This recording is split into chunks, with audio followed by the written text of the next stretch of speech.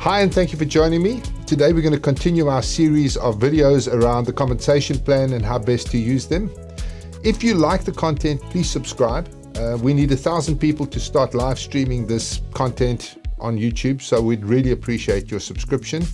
If you don't like the content, please keep dead quiet about it and let your peers and friends get caught the same way you were. Okay, so today we're going to be talking about the forced matrix and how best to use it.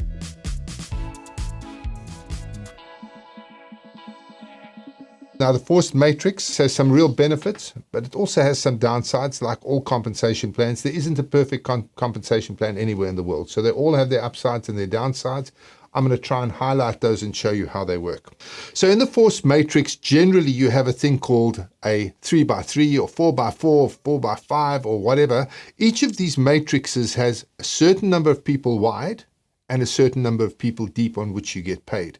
So in this case, I'm going to do an example of a 3x3. So you could put 3 people in your front row, as you can see here, and then each of those people could put 3 people in their front row, and each of those people could put 3 people in their front row. So in this 3x3 example, you would earn on all of these people in your network, but the people below that would not be in your income stream. Now, the way that it works is you can place these people in your team. The first thing is you place your first 3 people would go directly into your front line. So you can see here, Amy, Tim, and Ash are all in the front line to you. If they were to recruit people, those people would go into their downline. But let's say that you recruited another 3 people. Now, there's a number of ways that you could place those people. You could place them anywhere in your team, but here, for example, would be an automatic typical placement that you would start from the left and you would move right and you would look for holes, openings where you could place them where somebody hadn't already recruited someone. So you can see Amy here potentially hadn't recruited anybody in her front line, so you could potentially place your first 3 people into her front line. Now that would be considered a spillover. So you would be recruiting these people and they would be spilling into Amy's team. Now, very exciting for Amy because she'd get an SMS say, hey, somebody just joined your team. Even though she was not involved in that recruit, somebody had joined her team and spilled into her downline. There's another way of placement. So you could, for example, have one person that you recruited placed under each one of your people. So it would cycle through your people and find a spot in each one of them. So now I've recruited 3 people, or you've recruited 3 people. One has gone into Amy's team, one has gone into Tim's team, and one has gone into Ash's team. Or you can actually force where you want those people to be placed. So for example, here, you might have recruited 3 people. You could have put one underneath, directly underneath Amy, and then you could have put one underneath one of Amy's people, or 2 underneath Amy's people. Here you've got somebody you popped into Tim's team, and you also popped into one of Tim's downline people's teams. And Ash, also you popped somebody down into the lower ranks. So this allows you to decide where you want to place your people and who you want to help. So that's a very powerful method of growing your business. So you recruit somebody, you say, hey, listen, I'll put somebody into your team, and then you pop them down their downline, and you can control that. So typically within the forced matrix, it allows you to either automatically place your people, or you can choose where you want to place your people in the matrix. You get paid in the forced matrix. Generally, the primary way of getting paid is by levels. So the people you have in your front line are called your level 1. If you go down another level, that's your level 2. So even if you've placed them below, say, the people in your front line, they would be in your level 2 and you get paid on level 2, and that would be your level 3. And if you have a look here on level 1, I've given you an example where you're getting paid 10% on anybody in your level 1, 5% on anybody in your level 2, and of course, in this particular example, 2.5% on anybody in level 3. Now, the problem is that on average, each person only recruits 1.25 people. So that means that you land up with a lot of holes in your business and a lot of people outside of your depth. So in this case, you're only earning on 3 levels, but what happens to the people who get brought in by the people in level 3? Well, they're out of your depth and you don't earn on them. So that is a big challenge for the system. So, or for anybody building this kind of network. Now, because the average is 1.2 people per person in their lifetime, that means that you've got a lot of holes in the network in reality. So if you look in your network, you might see here that this person on the right, which was Ash in the previous example, is active, but the other two people are not in your front line. You've got several people who are not active in the business. And the problem with that is you can't put anybody in to replace them. Because how do you replace them? You can't replace them because they are filling up your front line.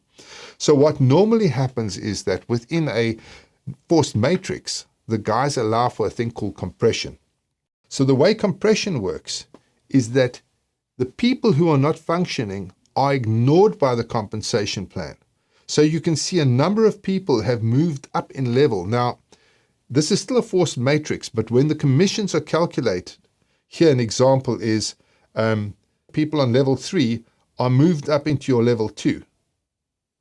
And so suddenly these people are replacing the people who were not working. So theoretically, you could be being paid on people who are in your level 5 simply because they are compressing up. I recruit John.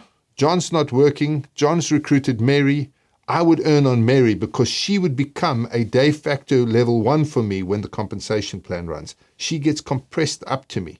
And so that's the key thing about compression, is that you actually earn in the depth, even though you didn't recruit those people, even those people are actually outside of your matrix, they compress up to you and you earn cash on them. And that's how they overcome that fundamental problem with the forced matrix, that you suddenly aren't earning on most of your network because of all the dead nodes. Now, where this compensation plan works really, really well is if you've got subscription sales. So any kind of subscription-based product, like for example, telecommunications or things like utility bills, etc., where somebody joins the business, goes out and finds a bunch of their friends and subscribes to the service or the product. Works very, very well in there because the person has to buy it anyway, and you build up your network, you build up your forced matrix, and you generate income from that. You're not expected to do any training, any of that kind of stuff. It's great for consumer networks, referral networks, affiliate programs. So it's really cool for like affiliate programs where you're not expecting anybody to do anything. You're just saying, hey, tell 10 people about the incredible products we're selling. If they sign up, we're going to put you into their matrix. It's a multi-tiered matrix, and you will earn some affiliate commission out of anybody who's doing anything there. It's great where you don't need any leadership. So that's a key issue. If you're not requiring leadership, it's perfect for that kind of environment because you don't need to train your people. You don't need to do any work with them. You just, off you go and sign them up and they do their work. And then lastly, it tends to grow fast because you're not having to do any work with your people, because there's no training involved, because you're not having to really build your network. It's basically a one-off purchase or a subscription purchase that the guys are running with. There's not a lot of work to be done, so it's a very simple business to bring people into. So that's where the application is primarily. The strengths, spillover, it's a very powerful motivator. The fact that I'm sitting in the team and somebody places people into my network, it creates a thing called up motivation. In other words, the people below me motivate me. So there's this up motivation. So it's very, very powerful to get people motivated in the business. You maximize earnings. Because of compression, it really doesn't matter if my people are not working or if there's dead nodes. As long as there's enough depth in the business, I'm going to earn the maximum amount that my 3-level matrix, in this case, this example, will generate. So it's very powerful in terms of ensuring that the guys who are doing the work are actually maximizing their incomes. The weakness is, from a company perspective, there's very little breakage. Because of compression, you're always paying out maximum commissions. So you've got very little breakage, and so there's not a lot of sort of leeway in terms of your compensation plan. If you're planning to pay out 40%, generally in a forced matrix, you get very close to paying out the full 40% relatively quickly.